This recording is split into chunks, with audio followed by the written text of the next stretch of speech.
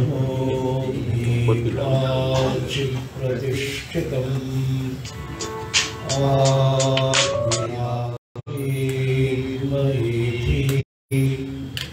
वेदस्य मानस्थः श्रुतं मे मा प्रहासि अनेनाधीतेन अहोरात्रान् सन्दधामि ऋतं वदिष्यामि सत्यं वदिष्यामि तन्मामवतु तद्भक्तारमवतु अवतु माम् अवतु भक्तारम् अवतु भक्तारम्।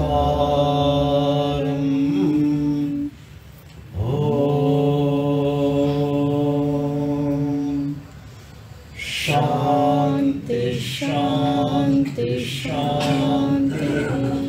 समस्त जन कल्याणे निरतं करुणामयं नमामि चिन्मयं देवं सद्गुरुं ब्रह्मविद्वरम् अज्ञानतिमिरान्धस्य ज्ञानाञ्जनशलाकया चक्षुरुन्मीलितं येन तस्मै श्रीगुरवे नमः।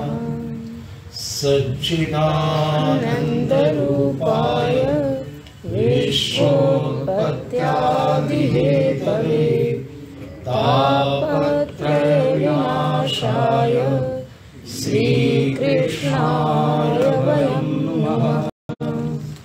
यं प्रव्रजन्तमनुपेतमपेतकृत्यं द्वैपायनो विरहकातरजुहाव पुत्रेति तन्मयतया तरवोऽभिनेदुः तं सर्वभूतहृदयं मुनिमानतोऽस्मि। नारायणं नमस्कृत्य नरं चैव नरोत्तमं देवीं सरस्वतीं व्यासं ततो जयमुदीरयेत्। जन्माद्यस्य यतोऽन्वयादितरतः चार्तेष्वभिज्ञस्वराट् तेने ब्रह्महृदाय आदिकवये मुह्यन्ति यः सूरयः तेजो वारिमृदां यथा विनिमयो यत्र त्रिसर्गो मृषा धाम्नासेन सदा निरस्तकुहकं सत्यं परं धीमहि धर्मः प्रोज्झितकैतवोऽत्र परमो निर्मत्सराणां सतां वेद्यं वास्तवमत्र वस्तु शिवदं तापत्रयोन्मूलनम्। श्रीमद्भागवते महामुनिकृते किं वा परैरीश्वरः सद्यो हृद्यवरुध्यते प्रकृतिभिः शुश्रूषुभिः तत्क्षणात् निगमकल्पतरोर्गलितं फलं शुकमुखादमृतद्रवसंयुतं पिबत भागवतं रसमालयं मुहुरहो रसिका भुवि भावुकाः मुहुरहो रसिका भुवि भावुकाः। श्री कृष्णचंद्र भगवान की जय। भागवत भगवान की जय। सब संतन की जय। श्री सद्गुरुनाथ महाराज की जय। बाबा अखिलेश्वर महादेव की जय। ओम हर हर हर नमः पार्वती पतये हर हर महादेव। महाराज प्राचीन बरही को नारद जी उपदेश करते हुए एक रूपक, एक गढ़ी हुई कहानी का आश्रय लेते हैं। वह कहानी भी प्राचीन बरही को कुछ समझ में नहीं आई। वो कहते, महाराज मुझे आपने जो कथा सुनाई वो कुछ ज़्यादा समझ में नहीं आई। आप कृपा करके ये बताइए कि तो आपने ऐसा सुनाया कि एक राजा है और उनके एक सखा हैं, इस तरह की कथा लगती है।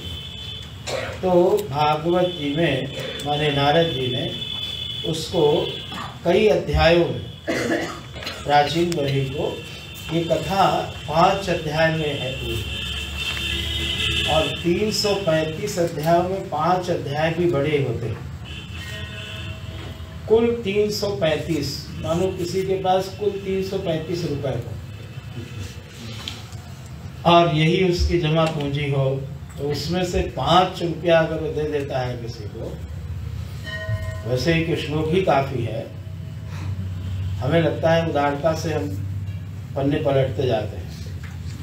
श्रीमद् भागवत में 18,000 श्लोक हैं, लेकिन जब आप गणना करेंगे तो आपको प्राप्त नहीं होंगे, क्यों? अगर आपने श्लोक ही श्लोक गणना किया तो इसमें श्लोक भी गणना करना है, और जिन श्लोकों में 32 अक्षर से ज्यादा है उसको भी गणना करना है, और साथ में जो उवाच है वो भी गणना करना है, और बाद में ओम श्री मद महाभागवत 335 और उसी तरह उवाच। जब ये सारा आप जोड़ेंगे तब श्रीमद् भागवत 18,000 श्लोकों की होगी। तो इसका अर्थ दूसरा क्या निकला कि इसमें कोई शब्द, पाई, मात्रा कुछ भी छोड़ना नहीं है। इसलिए हम लोग रोज एक श्लोक बोलते रहे। ये जो हम रोज श्लोक बोल रहे थे 5, ये श्लोक पूरा सार सर्वस्व है श्रीमद् भागवत का। ये 5 श्लोकों में श्रीमद् भागवत में जो कुछ भी बताया गया है वो सब है, विषय भी है, उसका अधिकारी भी है, सब बात जितनी हमें समझनी है वो सूत्र रूप से इसमें है। इसलिए इनका रोज रोज पाठ किया जाता है। और देखो 5 दिन के पाठ में ही आपको याद होने लगा। अब पढ़ने में कोई दिक्कत आती है? तो इससे ये पता चलता है कि आवृत्ति ही शास्त्र में प्रवेश करने का एक मार्ग क्या है, द्वार आवृत्ति है। बार बार उसको दोहराइए तो वो धीरे धीरे पहले हमारे मानस में बैठती है और फिर उसके अर्थ आते हैं। तो 5 अध्याय दिए भागवत भगवान ने। अब नारद जी उपदेश करते हैं, कहा राजन पुरंजन और कोई नहीं तुम हो। अच्छा महाराज ठीक है। कहा पुरंजनी, तो कहा वो तुम्हारी पत्नी। कहा महाराज वो तो नहीं है, वो तो अलग है। कहा बुद्धि ही। अब मिलाना, पुरंजन पुरंजनी के साथ पीते हैं, पुरंजन पुरंजनी के साथ खाते हैं, पुरंजन पुरंजनी के साथ सोते हैं, और उन्हीं के साथ छींकते हैं, उठते हैं, बैठते हैं। आप कभी भी ऐसा अनुभव कर सकते हैं कि आप बुद्धि के बिना हैं या बुद्धि से इतर हैं? अगर बुद्धि जाग रही है तो आप जाग रहे हैं, बुद्धि सो गई तो आप सो गए।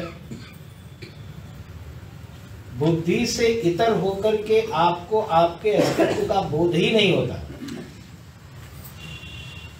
यही तो साधना है कि बुद्धि से इतर होकर के अपना अनुभव करो। समाधि का सबसे बड़ा योगदान यही है। समाधि का सबसे बड़ा योगदान यही है कि वहां पर हम वृत्तियों के साक्षी होते हैं। दृष्टा स्वरूप का अनुसंधान यही तो है। जो सारे रख दो। दृष्टा स्वरूप का अनुसंधान। बैठ। रूपम दृश्यम लोचनम दृक् तदृश्यम दृक्तुमानसम दृश्या ही वृत्तय साक्षी दृगेव न तु दृश्यते। लेकिन आज की स्थिति ये है, दृश्य और दृष्टा, बुद्धि और चेतन, ये दोनों मिले हुए हैं। बुद्धि से पृथक मेरा अपना कोई अनुभव नहीं है। बुद्धि में अगर दया है तो मैं दयालु, बुद्धि में क्रोध है तो मैं क्रोधी, और बुद्धि में और दुर्गुण है तो दुरात्मा। महर्षि पतंजलि ने बड़ा सुंदर एक ग्रंथ लिखा है, आप सभी परिचित हैं, अष्टांग योग। उसका जो पहला सूत्र है, चित्तवृत्ति नाम निरोधा भवति ततः दृष्टु स्वरूपे शुद्ध चैतन्ये असंग रूपे दृष्टि अवस्थानम। इतनी संस्कृत तो आपके लिए सरल है। तब आपका, जब भी आप सारी वृत्तियां निरुद्ध हो गई, जब कोई वृत्ति आपके भीतर नहीं रही, तब जब आपको अपने स्वरूप में होते हैं, वृत्ति जैसे ही निरुद्ध हो गई तो आपको अपना आपको बोध हो गया। लेकिन अभी स्थिति क्या है, प्राकृतिक रूप से लय होती है वृत्ति। रोज निद्रा में वृत्ति लय होती है, तब भी हम वहीं होते हैं जहां हम समाधि में होते हैं। लेकिन यहाँ क्या होता है, यहाँ एक अज्ञान का पर्दा पड़ा रहता है। तो हम कहते तो सभी लोग हैं कि निद्रा में बहुत आनंद है, कोई ऐसा नहीं है जो ना कहता हो कि आनंद नहीं है। और जब सोने के लिए मना किया जाता है तो अच्छा नहीं लगता है, क्योंकि निद्रा में हम जाते वही हैं। कहाँ जाते हैं? अपने स्वरूप में। तो वहां से हम आनंद लेके आते। सारे डॉक्टर्स कहते हैं अगर निद्रा अच्छी है तो हम आश्वस्त हैं, आप जल्दी स्वस्थ हो जाएंगे। वहां जाकर के पूरी तरह से हमारा जो भी क्षतिपूर्ति है उसको समझाने के लिए गुरुजी कहते थे कि वर्कशॉप में गाड़ी चली गई रात शाम को। अब पूरा दिन आप थक के आए और सो गए, तो आप सो गए और वहां सब अंगों की पुनः क्या हो गई, हाँ, फिर से शुद्धि हो गई, फिर से बल आ गया उनमें। तो जब आप सो के जगते हैं तो फ्रेश अनुभव करते हैं। और जब गए थे तब क्या हाल था, उठा नहीं जा रहा था, तो गिर पड़े बस। और लोग कहते भी हैं आज तो मैं गया और चारपाई पे गिर पड़ा, ऐसा बोलते हैं, मैंने लेटते ही नींद आ गई। अब तीसरा सूत्र है, अगर ऐसी स्थिति नहीं होती है तब क्या होता है, तो कहते हैं वृत्ति सारूप्यम इतरत्र। ये तीसरा सूत्र है कि जैसी वृत्ति होगी वैसे ही आप होंगे। ये कथन चल रहा था जीव का और बुद्धि का, माने बुद्धि में प्रतिबिंबित चेतन जीव है, उसका चल रहा था प्रकरण। और हमें क्या लग रहा था कि जैसे लौकिक कोई दंपति है और बड़ा आसक्त, तो लोक में भी होते हैं, क्योंकि अगर दृष्टांत नहीं होगा तो दार्शनिक को समझाएंगे कैसे? होना चाहिए ना, तो होंगे, लेकिन वो संभव नहीं जो बताया गया। और देखो बुद्धि से जब पूछा उसने, पुरंजन ने, कि आप कौन हैं, तो उसने क्या कहा, मैं नहीं जानती मैं कौन, मेरे पिता कौन, मैं कहाँ पर। अभी सब क्या बात कर रही है वो, कि बुद्धि अनादि है। वेदांत में बुद्धि अनादि है, जीव अनादि है। अनादि अविद्या से जीवन सिद्ध है।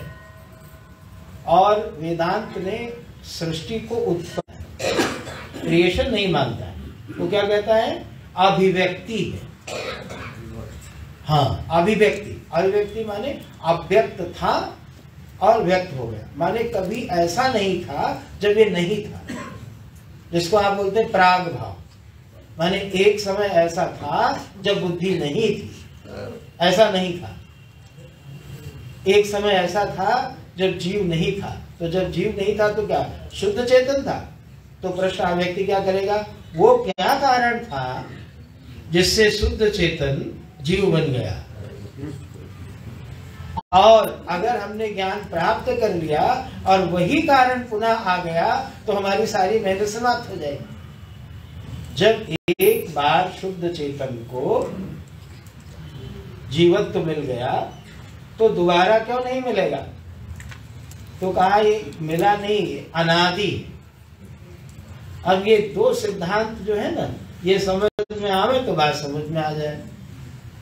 बस इतनी बात सच है जो बुद्धि उसने कही थी कथा में, क्या मैं हूं और आप भी हैं। बस इतनी बात काफी है और हमारा नगर आपके लिए उपलब्ध है। ये नगर कौन है? ये शरीर ही नगर है। और इसमें नाना प्रकार के जो उद्यान थे और उसमें झरने थे, जो कुछ था वो शब्द स्पर्श रूप रस गंध था। और उसी में ये जीवात्मा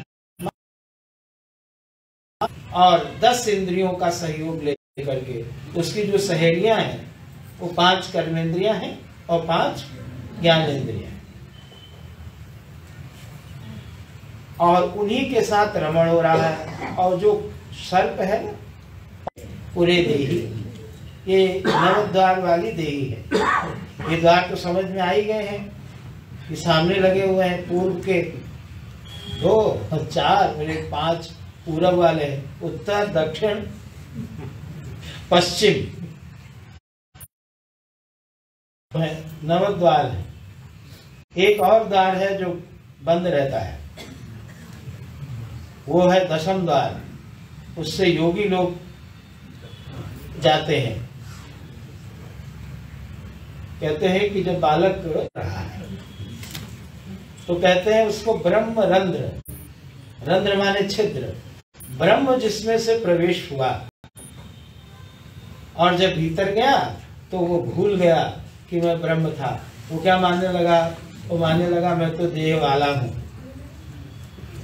अब उसी को उपदेश किया जा रहा है कि नहीं, तो वो नहीं हो। तो आपने देखा कि इन्होंने बहुत दीर्घ काल तक उस भोग किया, लेकिन एक कन्या है जिसको वर नहीं प्राप्त हुआ। ये भी एक कठिन बात है, समय से वर नहीं प्राप्त होता। तो वो गांव-गांव जाती है अपना माला लिए हुए, कोई उसको पसंद ही नहीं करता। क्योंकि जब बहन तुम्हारे लिए हमने एक वर खोजा है, पुरंजन नाम का है। तो कौन है? जो देह में बैठा। अब देखो यहाँ पर कल मैं कह रहा था ना, तो आप घबरा रहे थे। यहाँ पर प्राय लोगों को छू लिया है। जब वो छू लेती है तो सबसे पहले बाल सफेद होते हैं, फिर बुढ़ापा, जरा माने बुढ़ापा। वो जिसको छू ले, आदमी की बात नहीं है, वो वृक्ष को छू ले, वो किसी वस्तु को छू ले, वो जिसका स्पर्श कर ले उसका तेज। और इनके पास 360 गंधर्व और 360 गंधर्वी, ये जो हमारे महीने होते हैं ना, माने दिन 360, तो उसमें रात्रि और दिन को गिन लिया। तो इस तरह से उसकी सेना बता दी। अब वो जो काल यवन है उसको व्याधि और आधि बता दिया। ज्वर वो है जो बुढ़ापे में और खासकर मरण के समय जोर का बुखार आता है, क्योंकि ज्वर नहीं है, ये प्रज्वर है। और ये सब मिल करके इकट्ठा होकर के और चढ़ाई कर दी उन्होंने। क्या होता है कि जो वो सर्प है, प्राण है, फिर सपरिवार पुरंजन का क्या होता है, पूर्णता आ जाती है। अब ना तो बुद्धि का नाश होता है, ना जीवात्मा का नाश होता है। देह जल गया, पूरी जल गई, पर ज्वार ने पूरी को। मरते समय किसकी चिंता रहती है? परिवार की। और इस पर बहुत सारे कथाएं भी हंसने वाली बनाई गई।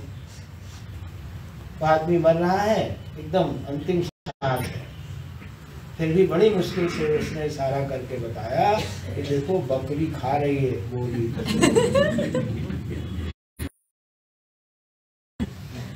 आप जा रहे हैं,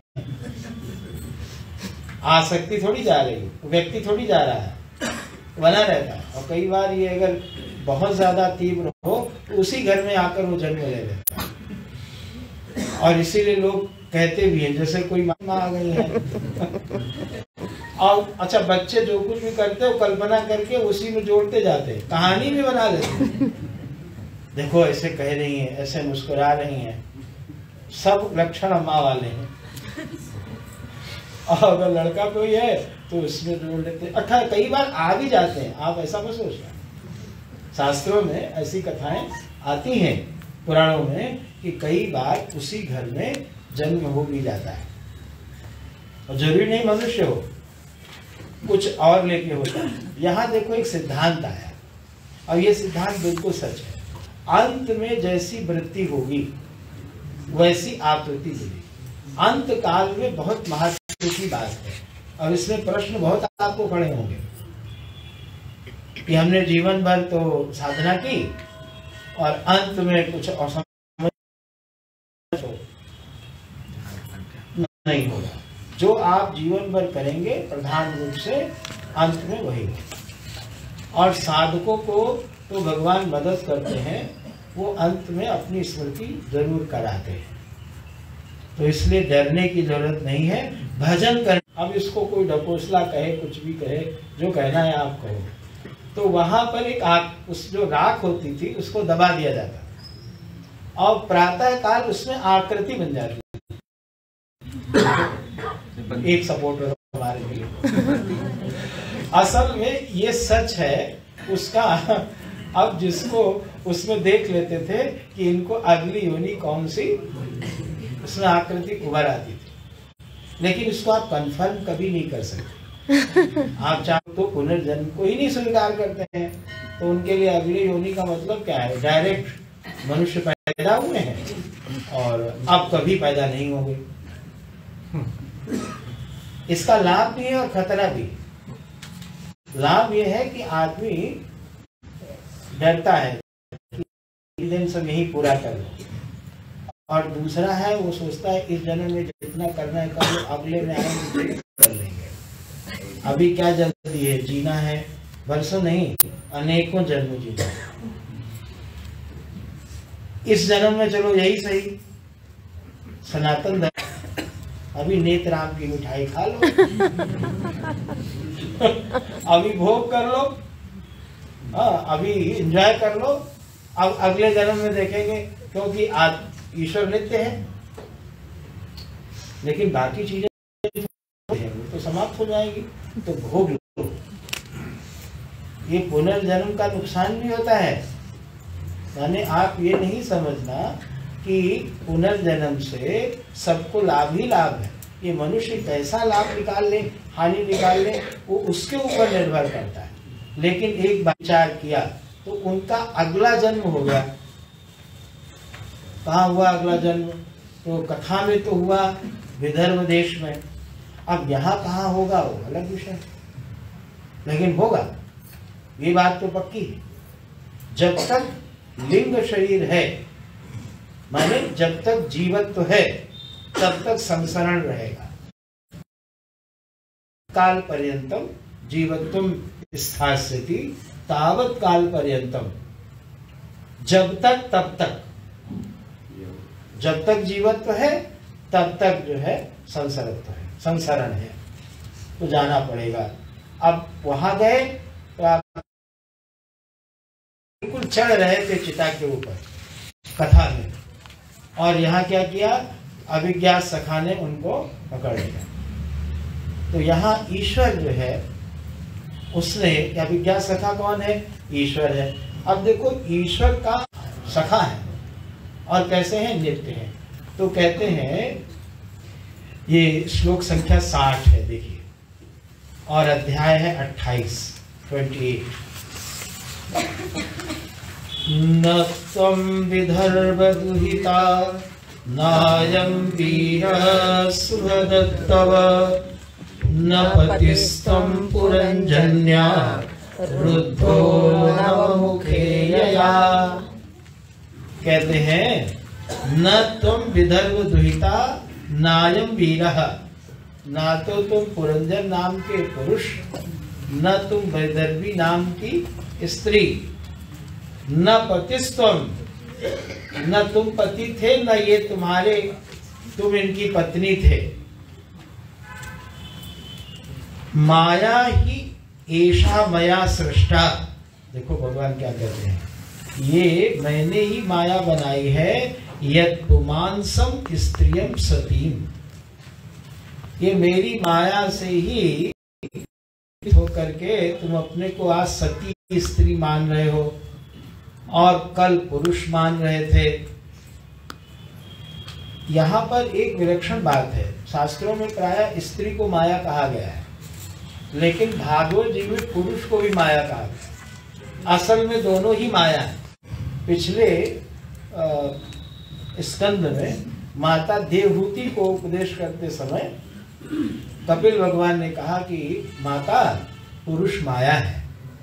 जैसे पुरुष को उपदेश करते समय क्या कहा जाता है, स्त्री माया है। तो यहाँ दोनों को बोला उन्होंने। मन्य से नो उभयम, कहते हैं कि तुम दोनों नहीं हो, हम दोनों हंस हैं। अहम भवान न च अन्य, महावाक्य का प्रकारांतर से उल्लेख है। अहम भवान न च अन्य, त्वमेव अहम। वो अन्य त्वम वहां तक ले लीजिए पहले। इसे भगवान श्री राम ने पूछा कि हनुमान, हमारा तुम्हारा रिश्ता क्या है? तो उन्होंने कहा कि प्रभु, देह दृष्टिया दास हो, देह की दृष्टि से हम आपके दास हैं, पुत्र हैं। और जीव दृष्टिया त्वदंश का, पुत्र का भाव अंश में रखे तो अच्छा है। देह दृष्टिया दासो हम, और जीव दृष्टिया त्वदंश का। आत्म दृष्टिया त्वम एव अहम, आत्म दृष्टि से आप में और मुझ में कुछ भी भेद नहीं है। न नौ पश्यन्ति कवयः छिद्रम जातु मना। ज्ञानी पुरुष, मना माने होता है थोड़ा, थोड़ा भी अंतर नहीं देखते जीवात्मा और परमात्मा में। जीव और ईश्वर दोनों चेतन हैं। उपाधि के कारण एक का नाम होता है ईश्वर और एक का नाम होता है। कमरे में एक पात्र रखा है, मान लो घट रखा है, वो खाली है तो उसमें आकाश है, और इस प्रकोष्ठ में भी आकाश है, तो और एक महाकाश है, तो तीन आकाश हो गए, घटाकाश, मठाकाश, महाकाश। मठाकाश माने प्रकोष्ठ आकाश। इन तीनों आकाश में भेद है क्या? तो कोई भी व्यक्ति कहेगा नहीं, एक ही आकाश क्या हो रहा है, त्रिधा करके भाषित हो रहा है। कारण क्या है, उसमें हम संदर्भ से देख रहे हैं। घट को बीच में ले आए तो घटाकाश, कमरे को बीच में ले आए तो मठाकाश, और दोनों को हटा के देखा तो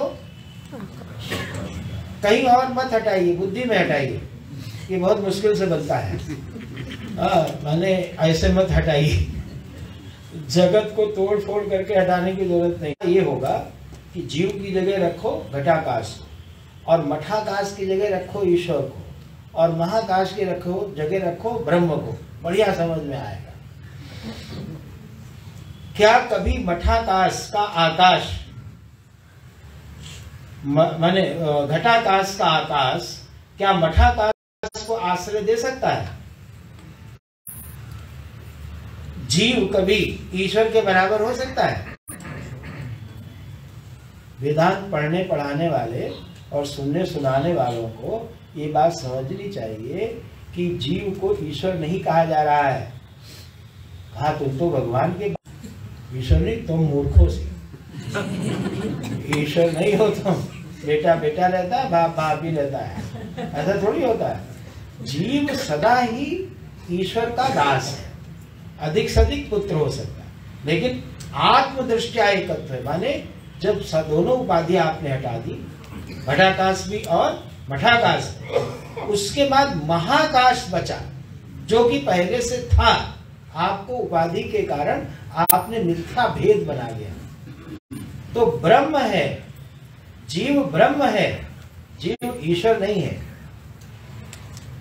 और अगर कोई कह रहा है तो उसकी विवक्षा अगर ब्रह्म की है तो ठीक है, अगर उपाधि की सहित ईश्वर, मैंने उपाधि सहित वो सोच रहा है, सोपाधिक ब्रह्म के साथ जीव की एक निरुपाधिक ब्रह्म के साथ, इसको आप अपनी भाषा में कर लो, सोपाधिक ब्रह्म के साथ उसका जो संबंध है वो दास का है या पुत्र का है, निरुपाधिक के साथ एकत्व का है, नहीं तो बुद्धि का परिणाम है। परमात्मा सर्वत्र है, इसलिए जब कोई सामने से श्रद्धा करता है किसी में भी, वो प्रस्तर में करे, वनस्पति में करे, नदी में करे, मनुष्य में करे, तो उसकी श्रद्धा के कारण उसको फल मिलता है। और इसमें दोनों भ्रमित होते हैं, माने जिसको फल मिला वो भी भ्रमित हुआ कि मुझे इससे मिला, और जिससे जो निमित्त बना उसको तो भ्रम बहुत बड़ा हुआ, उसको क्या भ्रम हुआ कि मैं भगवान हो गया। और फिर क्या होता है, जिस उन लोगों से लेकर के धन और वस्तु वो जी रहा है, तुम भगवानी हो गए तो फिर अब क्या जरूरत है। जैसे तमाशा दिखाने वाले लोग आते थे, एक नोट के कई नोट बना देते।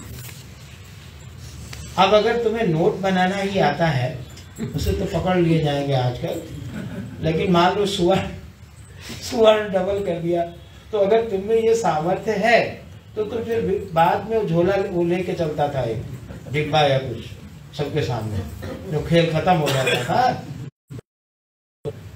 तो जब तुम इतने बड़े भगवान हो तो फिर जनता से लेकर के धन अपना काम क्यों चला रहे हो। लेकिन वो जनता भी कमाल है,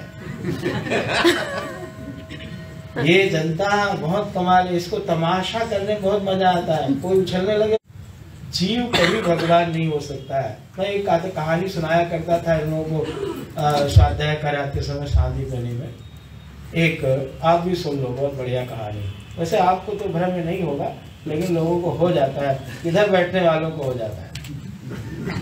हुआ ये था कि एक बहुत अच्छा शिष्य था, तो अपने गुरु जी के चरण धो धो करके अपने गांव ले जाता था, और जब भी कोई बीमार होता तो वो जल दे देता और वो बीमारी ठीक हो जाती।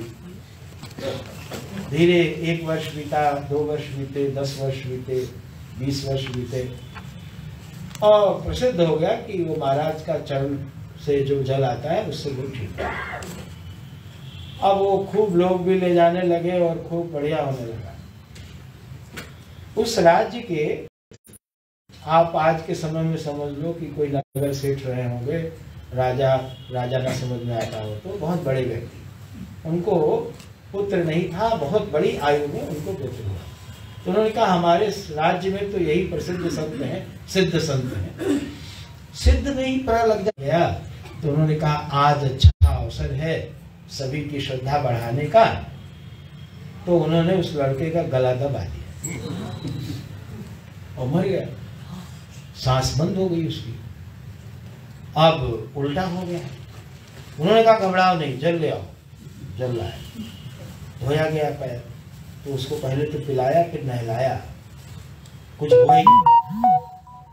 बच्चे को तो पहले पिलाया फिर उसको नहलाया, तो अंत में ये हुआ कि इनको, पुराना समय था तो इतना लंबा कोर्ट नहीं चलता था कि आतंकवादियों को कई महीने दामाद की तरह सेवा की जाए, रिसर्च किया जाए, तो तब ये नहीं था। तो तब ये था कि इनको फांसी दो माने अगला सूरज नहीं देखना है उनको, आज शाम तक हो जानी चाहिए। तो आखिरी इच्छा पूछी जाती थी, बताइए कुछ है।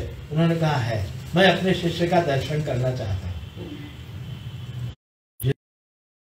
प्रचार प्रसार किया है उसका मैं दर्शन करना चाहता हूँ। तो उसको खबर की गई, लाया गया, वो आया और देखा जब गुरु महाराज को तो बड़ा दुखी हुआ। कहा तुम जब हमारे चरण धोते थे और किसी को भी जल देते थे वो ठीक हो जाता था, क्या ये सच है? उन्होंने तो उसके शिष्य को ही प्रणाम किया और भजन करने चले गए। इसमें क्या कथा में आपने सीखा? श्रद्धा ने फल दिया। और भ्रम किसको हो गया? वो पत्थर को अगर भ्रम हो जाए कि भगवान हूँ जिसको मैं पूज रहा हूँ, तो पत्थर है तो उसको कोई दिक्कत नहीं, हमें नहीं होना चाहिए क्योंकि हम तो पत्थर नहीं है। मूर्ति को भ्रम हो जाए तो ठीक है लेकिन कम से कम हमें तो नहीं होना चाहिए। भगवान ने साफ साफ कहा है, जो जहाँ जो श्रद्धा करता है, यो यो याम या, जो जो जहाँ जहाँ श्रद्धा करता है तो वहाँ वहाँ में उसकी श्रद्धा अचल कर दे। इसीलिए व्यक्ति को मुर्दे वहाँ दफन है उससे भी मिल जाता है फल। कोई पेड़ पे जाके धागा बांध देता है तो वहां भी मिल जाता है। कहीं भी आप श्रद्धा कर लो और उस परमात्मा को पुकारो तो आपको फल मिल जाएगा, क्योंकि देने वाला कौन है? वो प्रभु है। और प्राय हम फंस जाते हैं कहा कि जो स्थान से मिला है हमें, लेकिन हम कितना भी बोलें हमारी ये बुद्धि जाएगी नहीं। आप देख लेना चाहें वो व्यक्ति में फंसेगा जरूर आकार में, क्योंकि हम देहाभिमानी है ना, हमें आकार के अलावा समझ में आता नहीं। तो हमारा निवेदन इतना ही था कि वेदांत ने जब कहा कि जीव ईश्वर ऐक्य, अधिक में कहा, औपाधिक रूप से नहीं कहा। इसलिए सदा दास बनिए, दास। भगवान शंकराचार्य जी के स्तोत्रों को देखिए, उन्होंने चारों पीठ स्थापित की हैं। इस समय की जो चार पीठें हैं वो सत्यम, जगत मिथ्या, जीव ब्रह्मैव न अपरा। कहा तो ये, लेकिन जब तक उपाधि में रहे देह में तब तक क्या रहे? वो दास। तो हम लोगों को क्या रहना चाहिए? दास। हम ईश्वर के क्या हैं? दास हैं, भक्त हैं। लेकिन तत्वतः हमें भेद नहीं, ये जान के रखना चाहिए।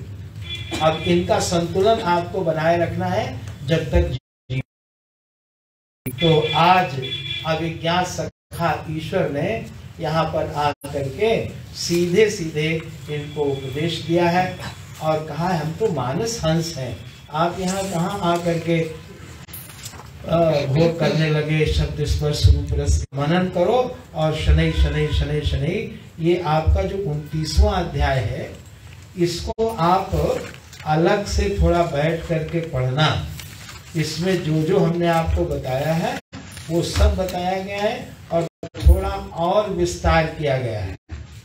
और यहाँ पर इतनी बात और बताई गई कि भाई देखो, एक बात है कि ये जितनी जल्दी हो सके उतनी जल्दी आसक्ति को छोड़ करके और भगवान के भजन करो और अपने स्वरूप का चिंतन करो।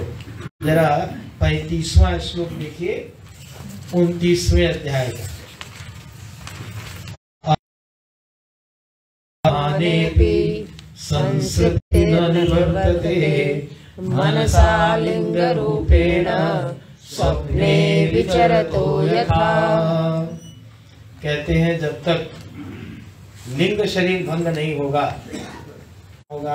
चित्त शुद्धि होगी, भगवत तत्व आत्म तत्व की जिज्ञासा होगी और गुरु उपसक्ति होगी और उसके बाद फिर आगे की बात बनेगी। यहाँ पर नारद जी कहते हैं कि यहाँ तक मैंने जो कुछ भी कहा निश्चित रूप से हमने तुम्हें बोध करा दिया कि तुम मूल रूप में आत्मा हो। अब ये यज्ञ और कर्म और ये सब जो चीजें तुम कर रहे हो इसको छोड़ करके जीवन को धन्य करो। देखो एक बात है, हम सब लोग, हमने कई बार ये बात कही होगी कि एक हमारी देह यात्रा होती है और एक देही की यात्रा होती है। एक ये देह है, इसकी यात्रा है, ये माँ के गर्भ से प्रारंभ होता है। समझ लो जनरल कोई कर रहा है यात्रा, कोई बढ़िया फर्स्ट एसी में है, और भोजन भी लोग दे गए, और एक है पहुंचोगे समय से ही, सारे लोग उसी में, और स्टेशन की सभी के वही पड़ेंगे। और यहाँ भी देखो, चाहे राजा हो चाहे रंग हो, स्टेशन वही पड़ते हैं और क्रम भी वही रहता है।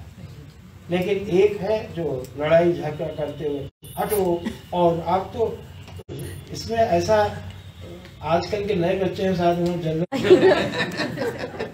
और जो जलाते थे वो जलाते ही थे, लेकिन अगर मौका मिले तो सब, और हर तरह के लोग उसमें होते थे। तो वहाँ पूरा विश्व एक ही स्थान पर होता, लड़ते झगड़ते अच्छी बातें करते मिलते जुलते चले जा रहे हैं।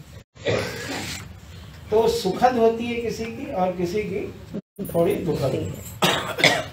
और ये प्राकृतिक रूप से आप चाहो न चाहो चलती चली जाती। आप बच्चे से युवा हो जाएंगे, युवा से हो गए, प्रौढ़ से वृद्ध हो रहे, रुकेगा नहीं। आप कितना प्रयत्न कर लो। गुरु जी कहते थे 54 प्रयास से ठहरती है जवानी, दोबारा आती नहीं। तो 54 ऋषि के बाद कोई जवान हुआ ही नहीं। हमारे बाबा रामदेव जी बहुत दावा करते हैं कि हम इतना बड़ा देश है, विश्व है, 150 लोगों की बुद्धि तो खराब होगी, वो ऑर्डर कर देती। अब उस आदमी को देखना चाहिए कभी जा करके जो ये दावा करता है, वो तो बुढ़ा नहीं हो गया है। उसी के पास कभी चले जाना चाहिए, उसका और उसके परिवार का जानकारी ले लेनी चाहिए। ऐसा मूर्ख बना करके, और हमारी कामना है ना हमारे अंदर, तो उस कामना का लाभ ले लेते हैं विज्ञापन बनाने वाले, और रोज रोज दिखाएंगे हर बार। अब आदमी किसी समय तो रजस और तमस में आएगा, और कहा केवल फोन कर दो। आप गलती से फोन कर दो, फिर आप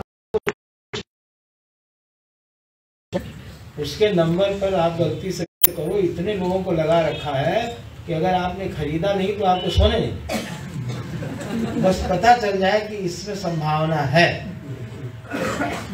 और फिर नहीं छोड़ेंगे। अब बात यह है कि देह किस है, कौन है, ये केवल आप करते हैं ऐसा नहीं, पढ़े लिखे वेदांती लोग भी करते हैं। मैं कौन हूँ, वो केवल इसलिए पढ़ते रहते हैं कि दूसरों को पढ़ाना है। तो बात तुम समझ गए? कहा नहीं, मुझे केवल समझाना है, मैं तो समझूंगा। क्या समझोगे? माया महाटही, तुम भी समझो। कहा नहीं, मैं बात। गुरुदेव कहते थे कि तुम लोग यात्री बनना, टीसी ना बनना। हमारे गांव का एक व्यक्ति था, हाल था गांव में, तो उसने पूरे गांव के लोगों को चारों धाम की यात्रा करा दी, लेकिन वो नहीं गया क्योंकि वो टिकट बेचता था।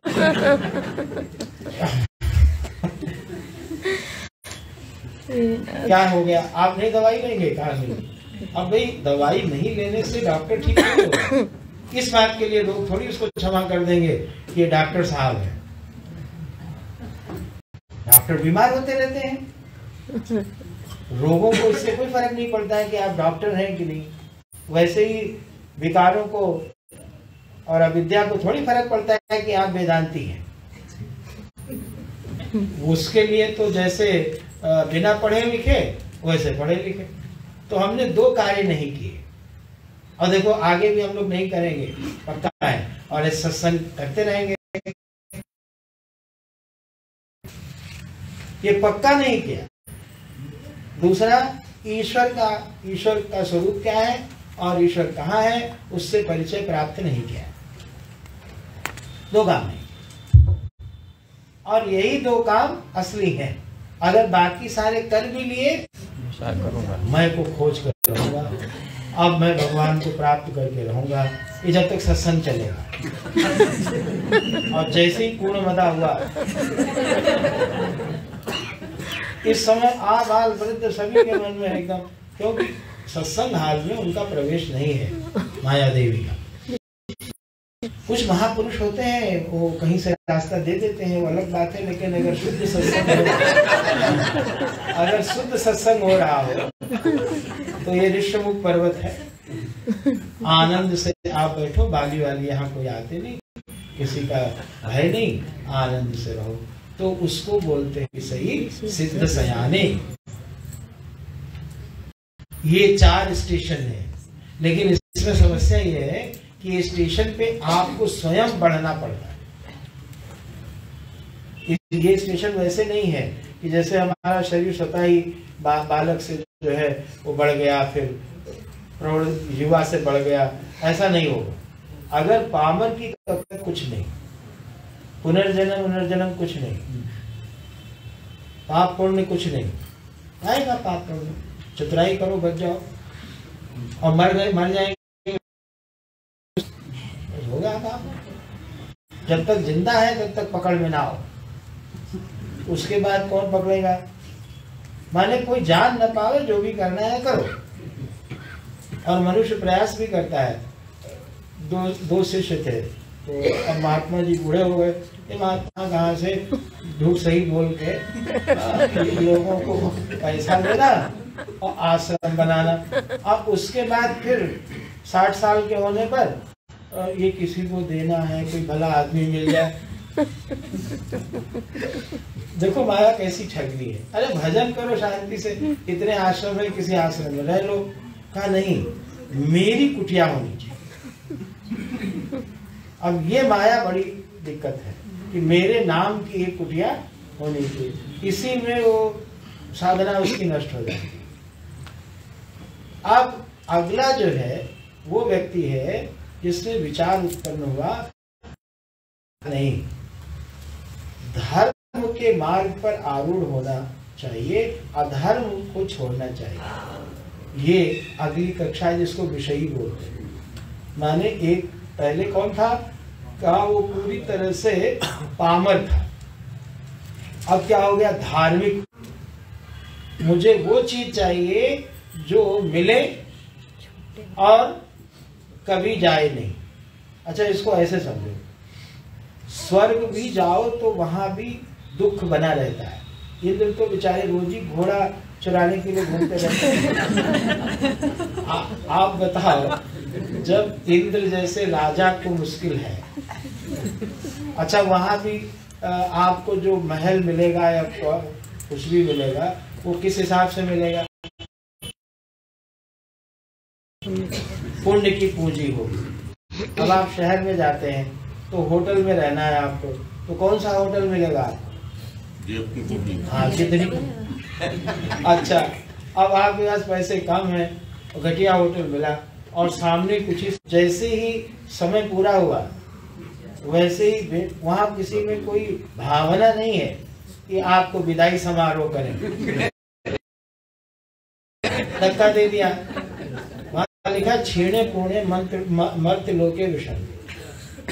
तो साथ अब धर्म से प्राप्त जो भी पद होगा, लोक होगा, पद होगा, वो एक आपसे ले लिया जाए। हमने पढ़ी कथा कि ठीक है, वजन हो जाता है, और फिर आपको जो जो पद मिले वो सब आपके ले लिए गए, और ऐसा कोई पद मिला नहीं किसी को जो लिया ना जाए। तो ये धार्मिक व्यक्ति भी अंततः जो भी नित्य ही प्राप्त करता है। तो अब उसने क्या कहा? जिसके हृदय में नित्य की आकांक्षा हो गई, उसकी एक कदम उसने और बढ़ा लिया। वो क्या है? साधक। अगर कभी अपने को साधक कहने की इच्छा हो तो भीतर देख लेना। असल में हम संसार को ही चाहते रहते कि वो अब दुखों की आत्यांतिक निवृत्ति चाहता है। अब अगला कौन है? अगले में उस जिसने नित्य को प्राप्त कर लिया वो सिद्ध हो गया, सयाना हो गया। तो 4 हो गए, पामर, विषयी, साधक, सिद्ध। पामर क्या है? तो कहा पामर कुछ भी नहीं है, पामर तो पशु वाला है, पशुवत जीवन, निद्रा, भय में। और धर्म आ गया जीवन में, और लेकिन धर्म कैसा? प्राण जाए पर बचन हमारा धर्म तब तक रहता है जब तक प्रॉफिट होता है, और जैसे प्रॉफिट नहीं खत्म हुआ तो कहा कोई जरूरत नहीं है। और यात्रा या जीव की यात्रा ये आपको करनी है, हमें करनी है, और सारे शास्त्र यही हमारे लिए आगे ला करके साधन बताते हैं। अब हमने 4 यहाँ पर एक और बढ़िया रूपक दिया हुआ है, और फिर से वो मरने की बात आता था, लेकिन चलो थोड़ा बता देते हैं। ये नारद जी ने कहा, राजन मैंने जो कुछ भी कहा उसका तुम निश्चय कर लो, और जो हम बता रहे थे ना उस यात्रा की ओर बढ़ो। वो कहते हैं कि जैसे आप कल्पना करते हैं एक पुष्प को छोटे छोटे अंकुरों को खा रहा है, उसके चारों ओर जो भौरे हैं वो गुनगुना रहे हैं, बड़ा सुंदर वातावरण है, मधुर गुंजार हो रहा है। अच्छा, और एक भेड़िया पेड़ के पीछे खड़ा है, लेकिन उसको दिख नहीं रहा है। हिरण और हरिणी दोनों आनंद से, और एक व्याध पेड़ पे बैठा है, उसने भी अपना तीर संधान कर रखा है। कहते हैं उसने बाण जो है छोड़ भी दिया, लेकिन हरिण जो है अभी भी वो दूध के कण माने घास खा रहा है, हरिणी के साथ आनंद से। तो हमारे भी हरिण, और इधर व्याध उधर है और इधर से भेड़िया है, ये दोनों बैठे काल रूप हैं, ये मृत्यु है। तो राजन एक बार इस पर जरा विचार तो करो। आप तो आनंद से यहाँ पर बैठे हुए हो, उधर से मृत्यु तुम्हारे ऊपर आक्रमण करने के लिए तैयार बैठी हुई है, और तुम कभी अपने किस में लगे हुए हो, भोग में, कभी बच्चों के साथ लगे हुए हो, माने गृहस्थी के सुखों में आसक्त मस्त। और हाल तो ये बुरा है कि जो 80-90 के भी हो गए हैं, अब देखो इसमें भी गड़बड़ हुई, जिनकी आयु ज्यादा है वो नाराज होंगे, क्योंकि किसी को लगता थोड़ी है बड़ी आयु पे हो गया, ये तो दूसरे लोग कहते हैं, हमें थोड़ी लगता है, हमें नहीं लगता है कि अब ये आपको थोड़ी लगता है कि आप बूढ़े हो गए हो या पुराने हो गए हो। आत्मा जो है वो नित्य शुद्ध बुद्ध मुक्त है, उसमें कभी नहीं, आपको कभी प्रतीति नहीं होगी कि मैं बूढ़ा हो गया या जीर्ण हो गया या पुराना हो गया या मैं मरूंगा। मरने की भी आपको कोई कल्पना नहीं होती है, इसलिए मजबूरी से मानते हो, क्योंकि वो थे वो मर गए, आदमी थे वो मर गए, आदमी सब आदमी मरते हैं, इसलिए मैं भी आदमी हूँ। ये तर्क लगाते हो आप, अन्यथा आप मरोगे तो नहीं, वैसे भी आप मर सकते हैं। कारण यह है कि उसका स्वरूप ज्ञान स्वरूप है। कोई कितना भी दुख प्राप्त करे, भोग ले, लेकिन दुख से प्रीति कभी नहीं होगी। आपने अगर बहुत अपने जीवन में दुख भोगा है तो उससे अगर कहा जाए अच्छा है, फिर तो तुम्हारा टेस्ट डेवलप हो गया होगा। दुख भोगने का टेस्ट कभी डेवलप नहीं होता, व्यक्ति को अच्छा नहीं लगता। क्यों? क्योंकि सुख हमारा स्वरूप है सच्चिदानंद, और मरना अच्छा नहीं लगता क्योंकि हम सत है, मूर्खता अच्छी नहीं लगती क्योंकि हम चित्त है, और दुख अच्छा नहीं लगता क्योंकि हम आनंद जानते नहीं है। लेकिन ऐसा कोई अवरोध ना आए, ज्ञानी बनना चाहते हैं सभी। तो राजा प्राचीन बलि से कहा उन्होंने कि देखो ये जो मृग की कथा हमने तुम्हें सुनाई, ये तुम्हारी से जितनी जल्दी हो जाए हो सके विरत हो जाए। एक अष्टावक्र गीता नाम का ग्रंथ है, वो बड़ा सुंदर है, लेकिन ये सारे ग्रंथ ऐसे हैं कि आपको सुनने पड़ेंगे तब आनंद आएगा, स्वयं से पढ़ने में उतना आनंद नहीं। इतना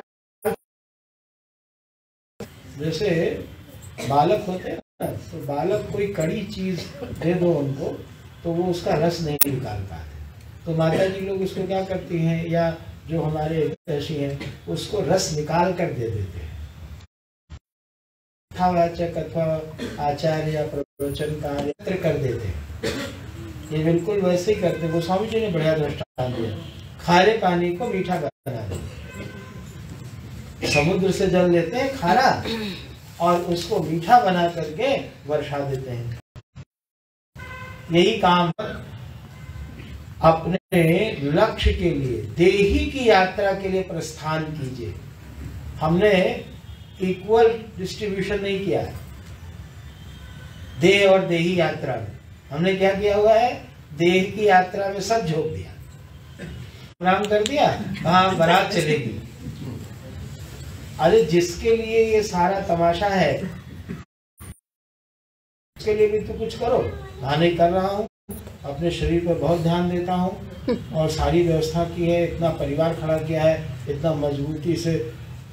अच्छा फिर आगे इसका कुछ उपयोग? कहा नहीं, अभी और मजबूत करूंगा। फिर कितने साल के हो गए? कहा नहीं, अभी तो बिल्कुल 80-80 साल के, 70-70 साल के लोग घोटाला करते हैं, हाथ पैर उठते नहीं है। क्या करने वाले हैं आप, क्या भोग करेंगे? हमने गुरु से एक बार ये पूछा था, समझ में आता है कि मुझे आज जितना मैं ग्रहण कर रहा हूँ उसको हर साल अगर 10% 15% बढ़ा दें, इस तरह जोड़ लें, 100 साल तक भी जोड़ लें, तो उससे इनके पास तो बहुत पैसा है, ये लोग घोटाला क्यों करते हैं? क्या करेंगे पैसे का? तो ये क्या हो रहा है, इसको अभिमान का सुख हो रहा है कि मैं इतना और इतना और इतना और भोग तो नहीं सकता वो, बल्कि आती है वैसे वैसे काल भी कम हो जाता है, भोग उसका नष्ट होने लगता है। और आप लोगों में अधिकांश लोग धनाढ्य हैं, अपना देख लो। जब पहले घर में गांव में थे तब ज्यादा खाते थे और आनंद लेते थे कि अब ले रहे हो, ये धनी हो गए हैं। ये कार लाते हैं 2 करोड़ की, वो पैसा लेता है कार में बैठने की और ये देते हैं। वो गाड़ी में बैठने के पैसे लेता है। और ये पहली कथा है भगवान शिव और दक्ष का, या कहो माता सती। दूसरी है परम भागवत ध्रुव महाराज की कथा, और तीसरी है भगवान ने अवतार लिया पृथु महाराज के रूप में, तो पृथु महाराज की कथा। और चौथी कथा है वो है प्राचीन बरही की और प्रचेताओं की। अभी प्रचेताओं के बारे में थोड़ी बात कहनी शेष है, मैं कहूँगा। वो 10 हैं और उनका एक ही नाम है, जिनको महादेव जी एक उनको प्रार्थना गीत सिखाया था, स्तुति सिखाई थी, और उसका आश्रय लेकर के वो लोग दीर्घ काल तक तप करते रहे। भगवान नारायण का उनको दर्शन हुआ और उन्होंने कहा कि तुम लोग पिता के आज्ञा से आए सहित उन्होंने भगवान की प्राप्ति की। और प्रचेताओं को भगवान नारायण ने भेजा, तो वो सारे वन इतना ज्यादा, तो उन्होंने काटना शुरू किया, तो वन देवता प्रकट हुए। उन्होंने अपनी पुत्री मारिशा का विवाह किया इन लोगों के साथ, और उनसे आगे मरुतगण हुए हैं। और इन्हीं प्रचेताओं से दक्ष प्रजापति, जो पहले जिनका सिर कट गया, नाम पड़ा प्राचेतस दक्ष। और इस तरह से प्रचेता भी बहुत काल तक राज्य करके और अंत में अपने पुत्रों को राज्य दे करके और फिर वो भी भगवान को प्राप्त हो गए। तो एक बात तो आपको साफ साफ दिखाई दे रही है कि कोई घर में नहीं मर रहा है, सब कहाँ जा रहे हैं? वन में। और अगर आज के समय में हम आपको ये कहें कि आप वन में जाओ, आज के समय हम कहें कि सारा पैसा बच्चों को दे दो, हमारा जिम्मेदारी लेने वाला हो। मैंने अनेक वर्षों तक पितामह सदन में कार्य किया, सेवा की, तो सबसे बड़ी हमें समस्या वहाँ क्या आती थी कि अब वो कहते थे वृद्ध लोग कि भाई तुम हमारी पूरी जिम्मेदारी ले लो और जो मेरे पास है वो ले लो। वो कहते थे नहीं, अपने घर से संबंध रखो। क्यों? जो तुम बीमार हो जाओगे तो हम तुम्हें वहां भेज देंगे। आज जब हम स्वस्थ है वो व्यक्ति, उसको घर वाले निकाल रहे हैं और जब बीमार, तो हमें आज तक वो पॉलिसी समझ में नहीं आई। मैंने 20 वर्ष तक कार्य किया, नहीं आई कि मैं अगर अपने आप को वहां रख कर देखूं कि आज मैं जिस घर में नहीं रह पा रहा हूं इसलिए आश्रम आया, मैं चल फिर रहा हूं, अच्छी सब कुछ है। अब कहा जा रहा है हमसे कि आप जो है, वाह, आज तक मुझे समझ में नहीं आया कि ये पॉलिसी क्या है, ना मुझे किसी ने समझाया। ये पॉलिसी ये है कि आपका पितामह सदन ना चले। ये पॉलिसी है। हमारे गुरुजी यही आशीर्वाद देते थे हमें जब हम जाते थे कि हमारा पितामह सदन में बहुत कम लोग आते हैं, क्यों कर्मचारी रखने पड़ते हैं। भाई नित्य व्यय तो होते ही है बिजली आदि के सब, तो बढ़ जाएंगे लोग तो हमें ठीक होगा। कहते तुम्हारा पितामह सदन बंद हो जाए, एक ही आशीर्वाद देते। और भारतवर्ष के जितने भी पितामह सदन है सब बंद हो जाए। माने बीमारी ना रहे और डॉक्टर भी ना रहे, दोनों बोलना। बीमारी रहे और डॉक्टर ना रहे, वो ना बोलना। माने बीमारी ना रहे अच्छी बात है, डॉक्टर बढ़ जाए, थाने बढ़ जाए, न्यायालय बढ़ जाए, ये कोई अच्छी बात नहीं है। इसी तरह वृद्ध जो है वो अपने घर छोड़ करके उसी शहर में, भाई साधनालय में जाए तो ठीक है। ये सब जितने लोग जा रहे हैं ये इसलिए नहीं जा रहे हैं कि घर में इनको सुविधा नहीं है, अभाव के कारण ये त्याग नहीं कर रहे हैं। इन दोनों में अंतर होता है, भिखारी में और महात्मा में अंतर होता है। लेकिन दोनों लेते क्या है? भिक्षा। क्या अंतर होता है दोनों में? एक अभाव और एक है जो भिक्षा इसलिए ले रहा है क्योंकि वो समय अपना इन चीजों में लगाना नहीं चाहता। इन दोनों में बहुत बड़ा अंतर है। वही अंतर इन लोगों में है, ओल्ड एज होम में आने वाले लोग और साधना। सारे आभूषण छोड़कर एक वल्कल वस्त्र पहनकर अकिंचन होकर सब गए हैं। हम तो जब जाते हैं कहीं, कोई ओल्ड एज होम पे आता है सारी प्रॉपर्टी ले आता है, तो उतना ले आओ तो तुम्हें जरूरत है। अब वो लोग आते रहते हैं मिलने के लिए, क्यों? क्योंकि उसके पास वो है।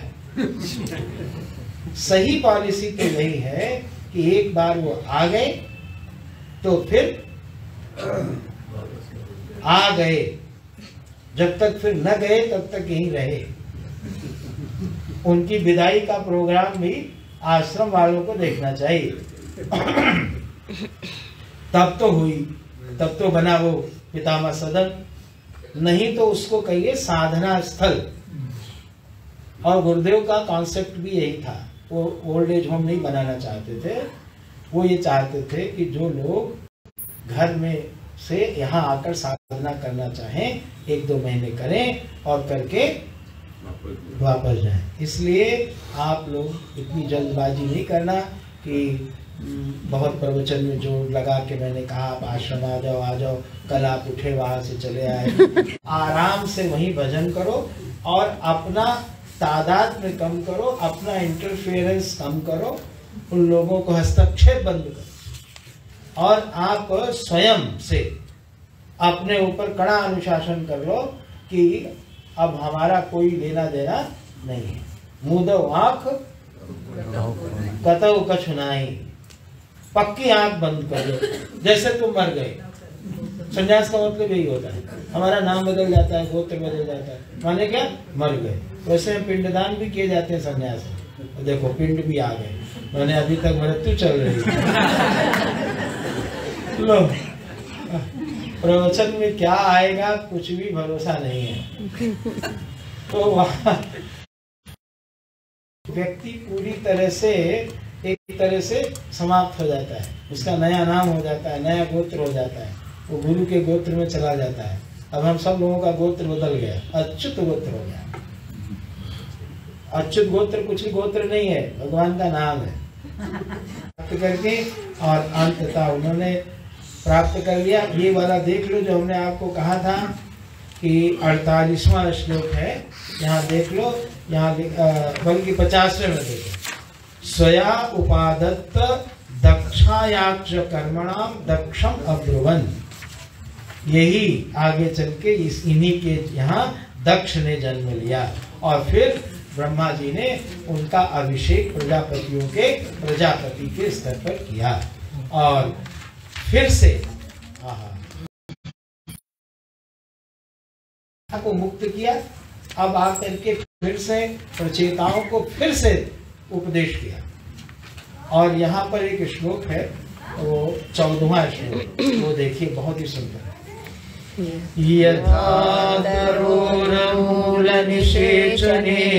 मूल निषेचनेन, जैसे वृक्ष की जड़ में जल देने से उसकी शाखाएं, उपशाखाएं, उसके पत्ते, वो सब के सब जो है हरे भरे रहते हैं, ऐसे ही तथैव सर्वाहरणम अच्युते इज्जया। की पूजा करने से आपके जीवन में सब कुछ यथास्थित और रहेगा और उत्तरोत्तर लाभ होता रहेगा। तो इसका अर्थ ये है कि जो सर्वाधिष्ठान है, सर्वरूप है, सबकी आत्मा है, ऐसे विलक्षण बात है। ये जो इसका स्तर होता है ना, धर्म का, समाज का, ये स्तर अलग है, अध्यात्म का स्तर अलग है। अगर किसी को परमात्मा की प्राप्ति करनी है तो उसके लिए निर्वैरा सर्वभूतानां, ये गीता जी का वाक्य मैं बोल रहा हूँ, निर्वैरा सर्वभूतानां यह स मामेति पांडव। जो निर्वैर है, और ज्ञान मार्ग के लोगों के लिए तो बहुत आवश्यक है सर्वभूत हिते रता। ज्ञान मार्गियों के लिए कहा गया, कई बार ज्ञान मार्गी लोग कुछ सेवा नहीं करते, कहा भाई इनसे मत कहो ये ज्ञान मार्गी हैं।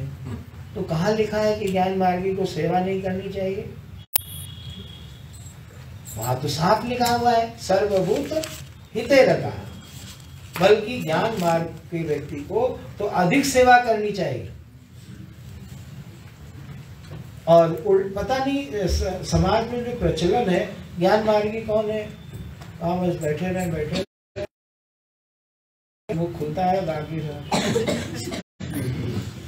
खाना और सोना, कहा ये ज्ञान मार्गी है, ये कुछ करते नहीं है।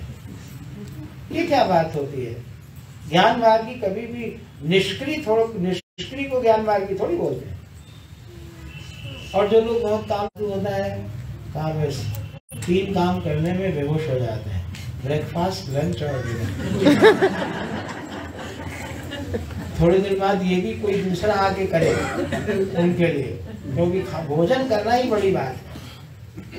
आलस से कोई साधारण चीज नहीं है। स्वामी जी कहते थे जामुन के पेड़ के नीचे 2 आदमी सोए हुए, ऊपर से जामुन गिर रहे थे। तो बगल वाले व्यक्ति ने कहा भाई ये जामुन बड़ी देर से, तुम कृपा करके उसको उठा के हमारे मुंह में डाल दो। तो उसने कहा मूर्ख, कितनी देर से हमारे मुख में जामुन होठों पर है, मैं अभी तक उस अंदर नहीं ले पाया। पेड़ पे बैठा था, तो उन्होंने कहा ये कहाँ से लाए? कहा ये पेड़ पे बैठा था। तो नाराज हो गए महाराज। उन्होंने कहा मुझे पेड़ पे इतनी श्रम करके गया तो आलसी कैसे है? कहा नहीं गया नहीं महाराज, वहाँ बैठा था वहीं से वृक्ष निकला।